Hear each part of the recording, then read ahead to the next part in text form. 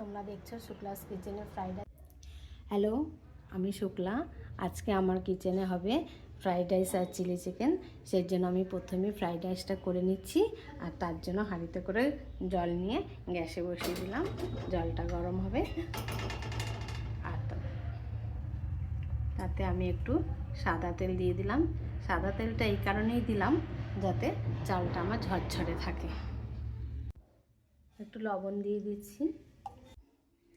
এবার দেখো, আমি বাসমতি চালটাকে ধুয়ে নিয়ে এসেছি। এবার হাঁড়ির জল গরম হয়ে এসছে, আমি এতে ছেড়ে দেবো।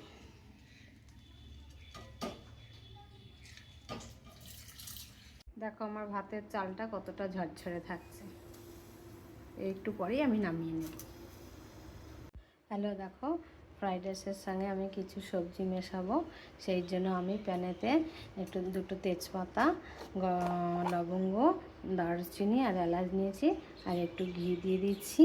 এইগুলোকে আমি ভেজে নেব।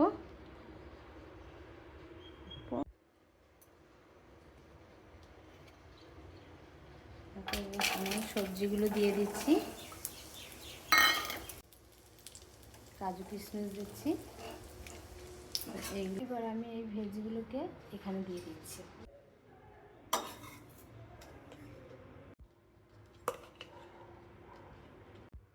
আমার ফ্রাইড রাইস হয়ে গেল। এবার আমি চিলি চিকেন করব। প্যানেতে আমি একটু মৌরি ভেজে নিচ্ছি চিলি চিকেনের সুগন্ধি আসার জন্য। চিলি চিকেনের গ্রেভি তৈরি করছি। একটু লবণ দিচ্ছি, হলুদ দিচ্ছি, কাশ্মীরি লঙ্কার গুঁড়ো দিচ্ছি, সস নিয়ে নিচ্ছি।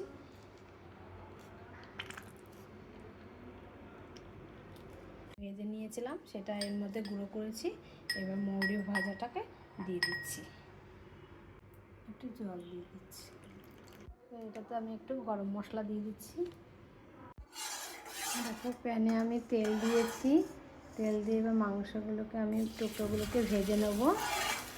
মাংসের টুকরোতে আমি একটু নুন, হলুদ, গরম মশলা, গোলমরিচ, আদা রসুনের পেস্ট আর একটু কর্নফ্লাওয়ার দিয়ে মাখিয়ে নিয়েছি।